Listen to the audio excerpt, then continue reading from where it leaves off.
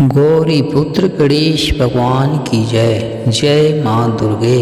आज आपको सुना रहे हैं अश्विन मास शुक्ल पक्ष की नवरात्रि के प्रथम दिवस की माँ शैलपुत्री की व्रत कथा। नवरात्रि के पहले दिन कलश स्थापना के साथ माँ शैलपुत्री की पूजा विधि विधान के साथ की जाती है। पुराणों में कलश को गणेश का स्वरूप माना गया है। शैलपुत्री को हिमालय राज पर्वत की बेटी कहा जाता है। नवरात्रि के 9 दिनों तक माँ दुर्गा के 9 रूपों की पूजा की जाती है।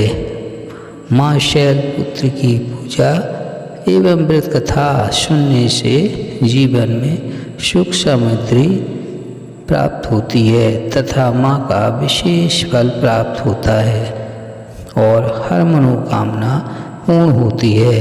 इस व्रत कथा को बड़े ही श्रद्धा भाव से तथा प्रसन्न चित्त होकर सुने।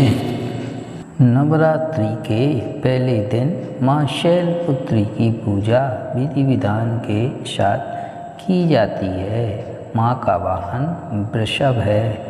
माँ शैलपुत्री को हिमालय राज पर्वत की बेटी कहा जाता है।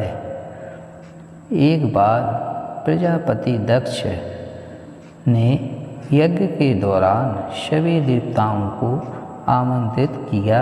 उन्होंने भगवान शिव और सती को निमंत्रण नहीं भेजा, लेकिन सती बिना निमंत्रण भी यज्ञ में जाने को तैयार थी।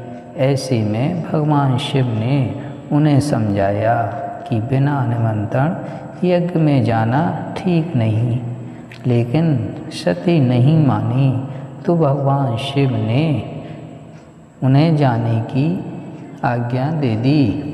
सती पिता के यहाँ बिना निमंत्रण पहुँच गई और उन्हें वहाँ बिना बुलाए मेहमान वाला व्यवहार ही झेलना पड़ा। उनकी माता के अलावा सती से किसी ने भी सही से बात नहीं की।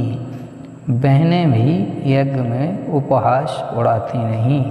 इस तरह का कठोर व्यवहार और अपने पति का अपमान भी बर्दाश्त नहीं कर सकीं और क्रोधित हो गईं।